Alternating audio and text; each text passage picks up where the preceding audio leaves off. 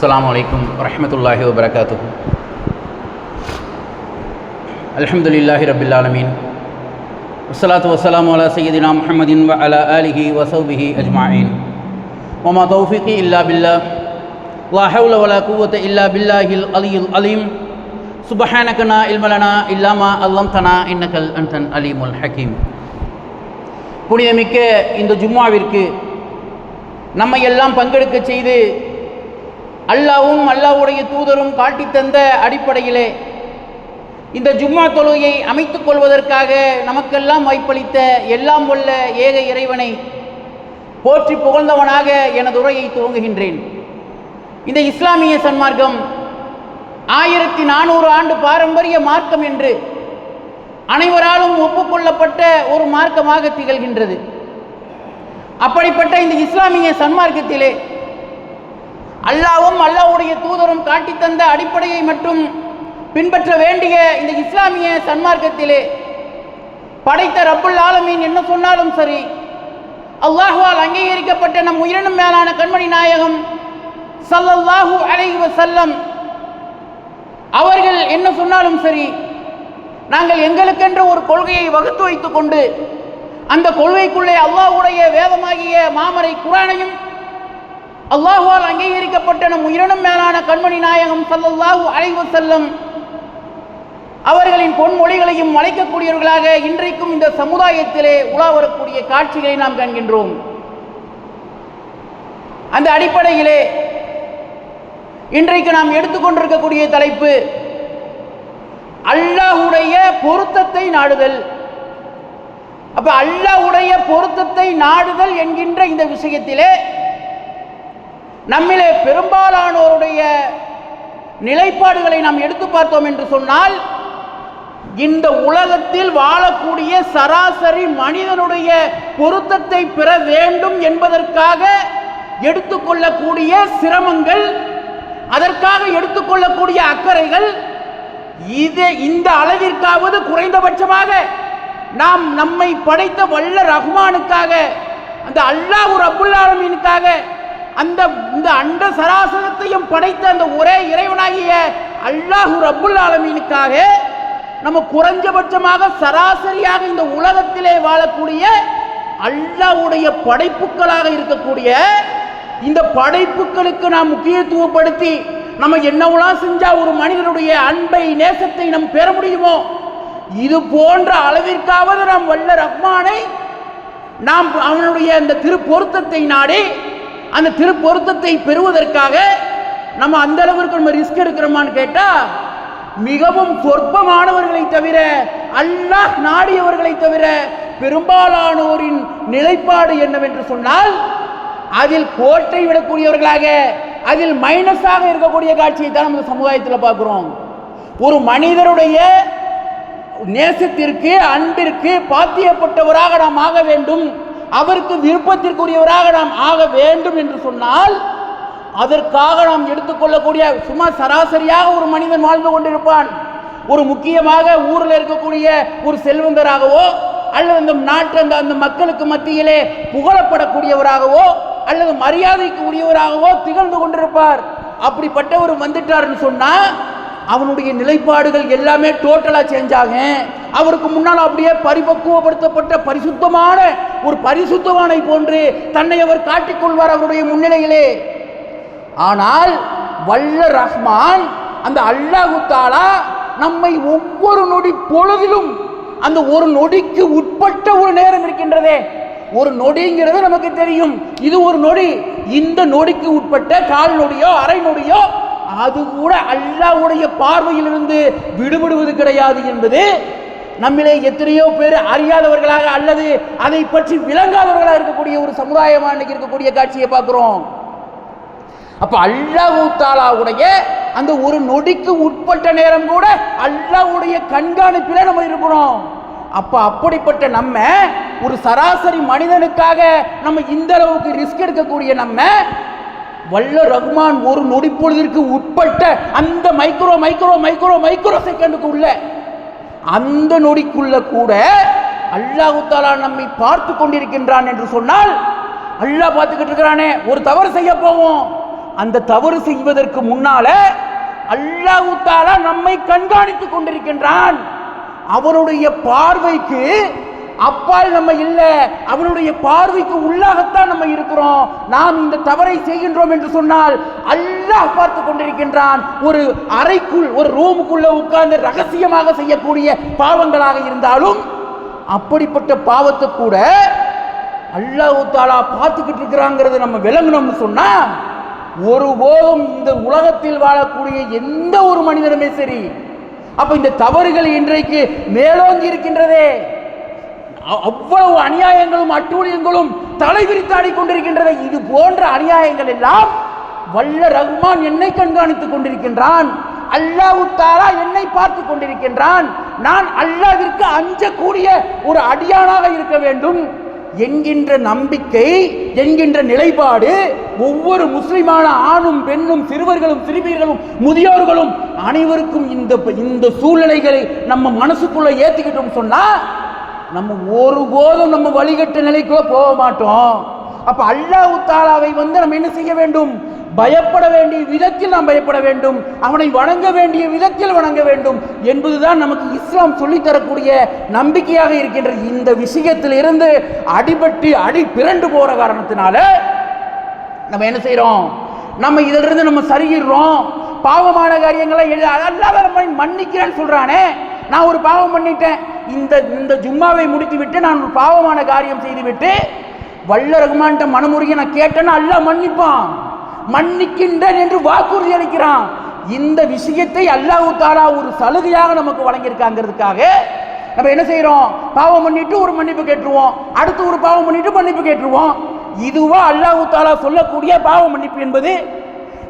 நம்மால் முடிந்த அளவு நாம் கட்டுப்பாடோடு இருந்து இதையெல்லாம் தாண்டி நம்மளால முடியவே இல்லை, ஏதோ ஒரு சூழ்நிலையில சைத்தான் நம்மை வழிகெடுத்து விட்டான், இப்படி ஒரு சூழ்நிலைக்குள் ஒரு மனிதன் ஆட்கொள்வான் என்று சொன்னால் அந்த நிலையில நாம் செய்யக்கூடிய பாவங்களை அல்லாஹ் தஆலா மன்னிக்கக்கூடியவனாக இருக்கின்றான். அந்த இடத்துல நாம் கேட்கக்கூடிய இந்த மன்னிப்பை ஏற்கக்கூடியவனாக, மன்னிப்பாளனாக அல்லாஹ் தஆலா இருக்கின்றான்.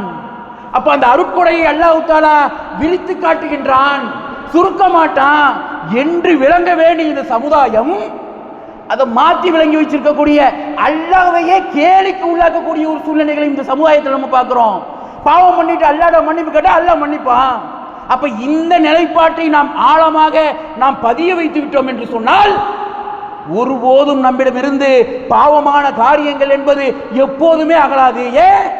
அல்லாஹ் தஆலா தான் மன்னிக்கிறேங்கிறானே, என்னிடம் கேட்பவர் யார்? நான் கொடுக்க தயாராக இருக்கிறேன். அப்ப அல்லாஹ் தஆலா சொல்ற என்னிடம் கேட்பவர் யார்? கொடுக்க தயாராக இருக்கிறேங்கிறா. என்னிடம் உண்மையாகவே மன்னிக்கக்கூடிய நோக்கத்தில் உள்ள என்னிடம் யாராவது தான் செய்த பாவங்களுக்காக மனமுருகி தன்னுடைய பாவத்தை மன்னிக்குமாறு கேட்டால் என்னை மன்னிப்பாளனாக பார்ப்பார் சொல்லக்கூடிய இது போன்ற விஷயங்களை எல்லாம் மிஸ்யூஸ் பண்ணக்கூடியவர்களாக இருக்கக்கூடிய காட்சியை நம்ம பார்க்கிறோம்.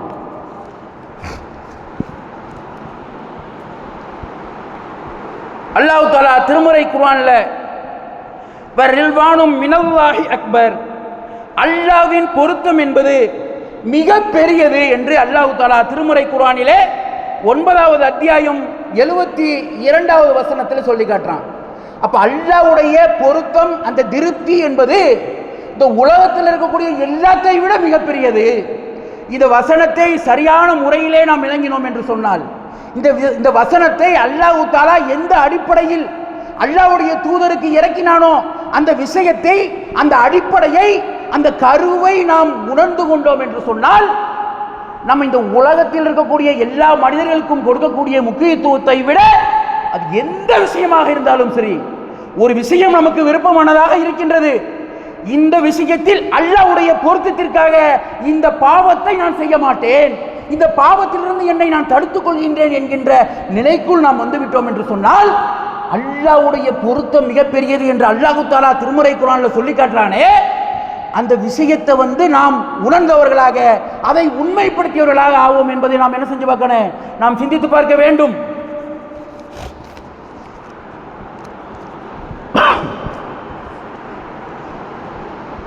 அஃப மனி தபஅ ரில்வானல்லாஹி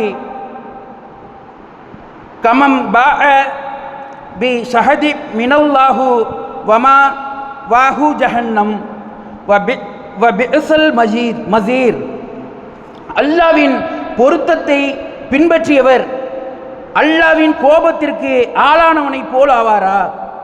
அல்லாஹ் தஆலா கேட்கிறான், அல்லாவின் பொருத்தத்தை பின்பற்றியவர் அல்லாவின் கோபத்திற்கு ஆளானவனை போல் ஆவாரா? அவன் தங்குமிடம் நரகம், சேருமிடத்தில் அது மிக கெட்டது. அப்ப அல்லாவின் பொருத்தத்தை நாடக்கூடியவரும் அல்லாவின் பொருத்தத்தை நாடாதவரும் இருவரும் சமமாக மாட்டார்கள் என்கின்ற ஒரு விஷயத்தை அல்லாஹ் தஆலா சொல்லி காட்டக்கூடிய காட்சியை நம்ம பார்க்கிறோம். அப்ப அல்லாஹ் தஆலா இது இரண்டுமே சமமாக ஆகாது என்று அல்லாஹ் தஆலா திருமறை குர்ஆன்ல 3வது அத்தியாயம் 162வது வசனத்தில் சொல்லி காட்டக்கூடிய காட்சியை பார்க்கிறோம். அப்ப அல்லாஹ்வுடைய பொருத்தத்தை பெறக்கூடிய நன்மக்களாக நாம் நம்முடைய வாழ்க்கையை நாம் அமைத்துக் கொள்ள வேண்டும். அப்படி அமைத்துக் கொண்டால்தான் நாம் மறுமையில் நாம் வெற்றியடைய முடியும். அப்படி இல்லை என்று சொன்னால் நாம் சேரக்கூடிய இடம், அல்லாஹ் பாதுகாக்க வேண்டும் நம் அனைவரையும், நாம் சேரக்கூடிய இடம் மிக மிக கொடிய நரகத்தில் தான் நாம் போய் சேர்வோம். அப்போ நாம் ஒரு விஷயத்தை நாம் அணுகுகின்றோம் என்று சொன்னால் முதலில் நாம் என்ன சிந்திக்க வேண்டும்? இதில் அல்லாஹ்வுடைய பொருத்தம் இருக்கின்றதா இல்லையா? இதை செய்வதால் இதில் போய் இந்த செயலில் நாம் ஈடுபடுவதால் அல்லாஹ் தஆலா நம்மை கண்ணியப்படுத்துவானா அல்லது இழிவுபடுத்துவானா என்பதையெல்லாம் சிந்தித்து பார்க்காமல் நம்ம என்ன செய்யக்கூடாது? நாம் ஒரு காரியங்களுக்குள் ஈடுபடக்கூடாது என்பதை அல்லாஹ் தஆலா இது மூலமாக நம்ம சொல்லி காட்டக்கூடிய காட்சியை நம்ம பார்க்கிறோம். அடுத்ததாக நபி ஸல்லல்லாஹு அலைஹி வஸல்லம் சொல்றாங்க, அல்லாஹும்ம அஊது ஃபிரிலாக மின் ஷஹதிக வபி முஆஃபாதிக வ அஊது பிக மின்க லா அஹ்ஸி ஸனாஅன் அலைக அன்த கமா அஸ்னைத அலா நஃப்ஸிக. இறைவா, உன் திருப்தியின் மூலம் உன் அதிருப்தியை விட்டு பாதுகாப்பு தேடுகிறேன். உன்னை என்னால் முழுமையாக புகழ இயலாது. நீ உன்னை எவ்வாறு புகழ்ந்து கொண்டாயோ அவ்வாறு நீ இருக்கின்றாய். இது முஸ்லிம்ல 839வது செய்தியாக இடம்பெற்றுள்ளது. அப்ப அல்லாஹ் தஆலாவுடைய திருப்தியின் மூலமாக அதிருப்தியை விட்டு நாம் ஒவ்வொரு நாளும் என்ன செய்ய வேண்டும்? நாம் பாதுகாப்பு தேட வேண்டும். அல்லாஹ்வை நாம் புகழ்ந்து முடிக்க வேண்டும். அல்லாஹ்வுடைய புகழ், அல்லாஹ் இவ்வளவுதான் அவனுடைய புகழுக்கு உரித்தானவன் என்று அவனை நம்ம என்ன செஞ்சிட முடியாது, இவ்வளவுதான் என்று அவனுக்கு நாம் எடை போடவே முடியாது என்கின்ற செய்தியை அல்லாஹ்வுடைய தூதர் ஸல்லல்லாஹு அலைஹி வஸல்லம் என்ன செய்றாங்க? சொல்லி காட்டக்கூடிய காட்சியை நம்ம பார்க்கிறோம். அப்ப உன்னை என்னால் முழுமையாக புகழ இயலாது. அல்லாஹ்வை இந்த உலகத்தில் இருக்கக்கூடிய நம்முடைய வாழ்நாட்கள் மொத்தத்தையும் நாம் செலவழித்தாலும் சரி, அல்லாஹ்வுடைய அந்த தன்மைகளை நாம் முழுமையாக நாம் புகழ்ந்து முடிக்க முடியாது. அந்த அளவிற்கு கண்ணியத்திற்குரியவன் வல்ல ரஹ்மான் என்று அல்லாஹ்வுடைய தூதர் ஸல்லல்லாஹு அலைஹி வஸல்லம் சொல்லி காட்டுறாங்க. இது முஸ்லிம்ல 839வது செய்தியாக இடம்பெற்றிருக்கு. அப்போ நாம் நன்றாக சிந்தித்து பார்க்க வேண்டும். இந்த உலகத்தில் இருக்கக்கூடிய மொத்த வாழ்நாட்களையும் நாம் அர்ப்பணித்தாலும் சரி, இந்த உலகத்தில் அல்லாஹ் தஆலா படைத்து வைத்திருக்கின்ற மொத்த மனிதர்களுடைய வாழ்நாட்களையும் நாம் எண்ணிக்கையில் நாம் உட்படுத்தினாலும் சரி, அல்லாஹ்வுடைய அந்த அருள் என்பது, அல்லாஹ்வுடைய அந்த நிஅமத் என்பது நம்மால் அவனை புகழ்ந்து முடித்துவிட முடியாது. அவனுடைய தன்மைகளை நாம் பேசி முடித்துவிட முடியாது. பேசிக்கொண்டே செல்லலாம் என்கின்ற அளவிற்கு அல்லாஹ் தஆலாவுடைய கண்ணியம், புகழ் என்பது அந்த அளவுக்கு இருக்குதுங்கிறதுனால அல்லாஹ்வுடைய ரசூல் எப்படி சொல்றாங்க? நீ எந்த அளவுக்கு அந்த அளவுக்கு அது என்னால புகழ்ந்து முடிக்க முடியாது என்று சொல்லக்கூடிய காட்சியை நம்ம பார்க்கிறோம். அப்ப அல்லாஹ்வும் அல்லாஹ்வுடைய தூதரும் காட்டி தந்த மார்க்கத்தை சரியான முறையில் நாம் பின்பற்றுவதற்கு கடமைப்பட்டுள்ளோம். அடுத்ததாக அல்லாஹ் தஆலா சொல்லி காட்டுறான், முஹாஜிர்களிலும் அன்சார் தோழர்கள். இதைத்தான் சஹாபாக்களுக்கு என்ன செய்வாங்க? முக்கியத்துவப்படுத்தி சஹாபாக்களுக்கு இந்த ஒரு 9வது அத்தியாயம் 100வது வசனம், இந்த வசனத்தை அடிப்படையாக வச்சுதான் சஹாபாக்களை நாம் பின்பற்ற வேண்டும். சஹாபாக்கள் சொல்லக்கூடிய ஒவ்வொரு விஷயங்களும் மார்க்கம், அவர்கள் சொல்லக்கூடியது மார்க்கத்திற்கு முரணானது கிடையாது என்றெல்லாம் விதண்டாவாதம் செய்யக்கூடியவர்களும் இந்த சமுதாயத்தில் இருக்கின்றார்கள். அப்ப அதுக்கு அவங்க காட்டக்கூடிய ஆதாரங்களில் மிக முக்கியமான திருமறை குர்ஆன் வசனங்களின் ஆதாரமாக அவங்க காட்டக்கூடியது, முஹாஜிர்களிலும் அன்சார்களிலும் முதலாவதாக ஈமான் கொள்வதில் முந்திக் கொண்டவர்களை, நல்லவற்றில் அவர்களை பின்தொடர்ந்தவர்களையும் அல்லாஹ் பொருந்திக் கொண்டான். அப்ப முஹாஜிர்களிலும் அன்சார் தோழர்களிலும் ஈமான் கொள்வதில் முதலாவதாக முந்திக் கொண்டவர்களை நான் பொருந்திக் கொண்டேன் என்று அல்லாஹ் தஆலா சொல்லி காட்டுறான். அல்லாஹ் பொருந்திக் கொண்டான், அவர்களும் அல்லாஹ்வை பொருந்தி கொண்டார்கள், அவர்களுக்கு சொர்க்கங்களை தயார்படுத்தி உள்ளதாக அல்லாஹ் தஆலா திருமறை குர்ஆன்ல சொல்லி காட்டுறான். அவற்றின் கீழ் என்றென்றும் ஆறுகள் ஓடிக்கொண்டிருக்கும், அதில் நிரந்தரமாக இருப்பார்கள், இதுவே மகத்தான வெற்றி என்று இந்த 9வது அத்தியாயம் 100வது வசனத்தில் அல்லாஹ் தஆலா சொல்லி காட்டக்கூடிய காட்சியை நம்ம பார்க்கிறோம். அப்ப அல்லாஹ் தஆலா சொல்லக்கூடிய விஷயம், இந்த சஹாபாக்களாக நாம் புகழ்வதற்கு புகழ்வதால் சஹாபாக்களை புகழ்வதால் எந்த ஒரு கேடும் நமக்கு ஏற்பட்டுவிடப் போவது கிடையாது. அவர்கள் செய்த இந்த மார்க்கத்திற்காக அவர்கள் உழைத்த அந்த அர்ப்பணிப்பு என்பது நம்மால் சொல்லிவிட்டு சென்று விட முடியாது. அந்த அளவிற்கு வல்ல ரஹ்மானுக்காகவும் அல்லாஹ்வுடைய தூதர் ஸல்லல்லாஹு அலைஹி வஸல்லம் அவர்களுக்காகவும் தங்களுடைய உயிரையும் அர்ப்பணம் செய்தார்கள். உகது மலையளவு நாம் நன்மை செய்தாலும் அவர்கள் செய்த ஒரு கைப்பிடி அளவு நன்மைக்கு நாம் செய்யக்கூடிய உகது மலையளவு நன்மை ஈடாகாது என்று அல்லாஹ்வுடைய தூதர் ஸல்லல்லாஹு அலைஹி வஸல்லம் அவர்கள் சொல்லக்கூடியதிலிருந்து அவர்கள் எந்த அளவிற்கு கண்ணியத்திற்குரியவர்கள், அவர்கள் எந்த அளவிற்கு அவர்கள் மரியாதைக்குரியவர்கள், புகழுக்கு தகுதியானவர்கள் என்பதை எல்லாம் சொல்லித்தான் தெரியணும் இல்லை. இந்த ஒரு ஹதீஸே நமக்கு தெள்ள தெளிவாக விளக்கும். ஆனால் இன்னைக்கு என்ன பிரச்சனைன்னு சொன்னா, மக்கள் அதிலிருந்து விலகி என்ன செய்யறாங்க, சஹாபாக்களை பின்பற்றக்கூடியதற்கு இவர்களை மார்க்கத்தின் ஆதாரமாக இருக்கக்கூடிய காட்சியை நம்ம பார்க்கிறோம். அப்ப அல்லாஹ்வும் அல்லாஹ்வுடைய தூதரும் காட்டி தந்ததுதான் மார்க்கம் என்று கூறி இந்த ஜும்மாவின் முதல் உரையை நிறைவு செய்கின்றேன். 2வது உரையில் இது சம்பந்தமான சில செய்திகளை பார்ப்போம். அஸ்ஸலாமு அலைக்கும் வரஹ்மத்துல்லாஹி வபரகாத்துஹு.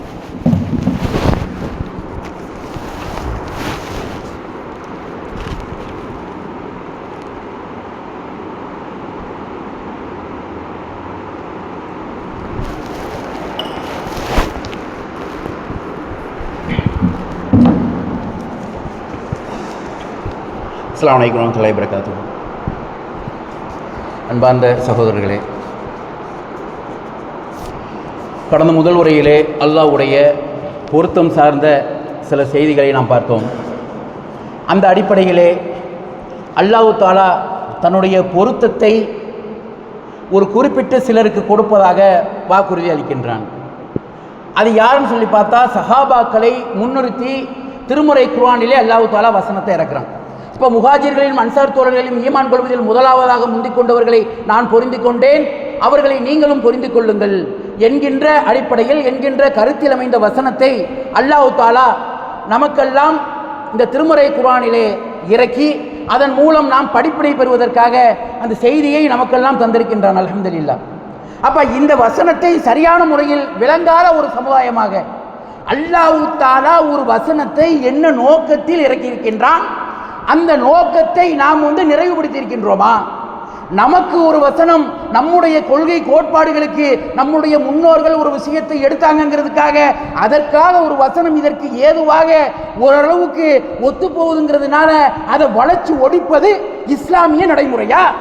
இதைத்தான் அல்லாஹ்வும் அல்லாஹ்வுடைய தூதரும் காட்டி தந்தார்களா? அப்ப சஹாபாக்களை பின்பற்ற வேண்டும் என்று சொன்னால் அது சம்பந்தமாக நபித்தோழர்கள் சொல்லக்கூடியதெல்லாம் மார்க்கம் என்று அல்லாஹ் தஆலா சொல்லியிருக்க வேண்டும். அல்லது அல்லாஹ்வுடைய தூதர் ஸல்லல்லாஹு அலைஹி வஸல்லம் அவர்களாவது எனக்கு பின்னால் என்னுடைய நபித்தோழர்கள் சொல்லக்கூடிய ஒவ்வொரு விஷயத்தையும் நீங்கள் பின்பற்றுங்கள் என்றாவது சொல்லியிருக்க வேண்டும்.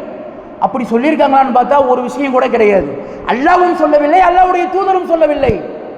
ஆனால் நம்ம என்ன செய்கிறோம், அல்லாஹ் சொல்லாட்டா என்ன, அல்லாஹ்வுடைய தூதர் சொல்லாட்டா என்ன, நாங்கள் ஒரு கொள்கையை எங்களுடைய முன்னோர்கள் எங்களுக்கு வழிவகுத்து தந்துள்ளார்கள், அந்த கொள்கைக்கு எந்த வசனத்தை எல்லாம் நாங்கள் வளைக்க முடியுமோ ஒடிக்க முடியுமோ வளைப்போம் ஒடிப்போம் என்பதுதான் இன்றைக்கு கேலிக்கூத்தாக இருக்கின்றது.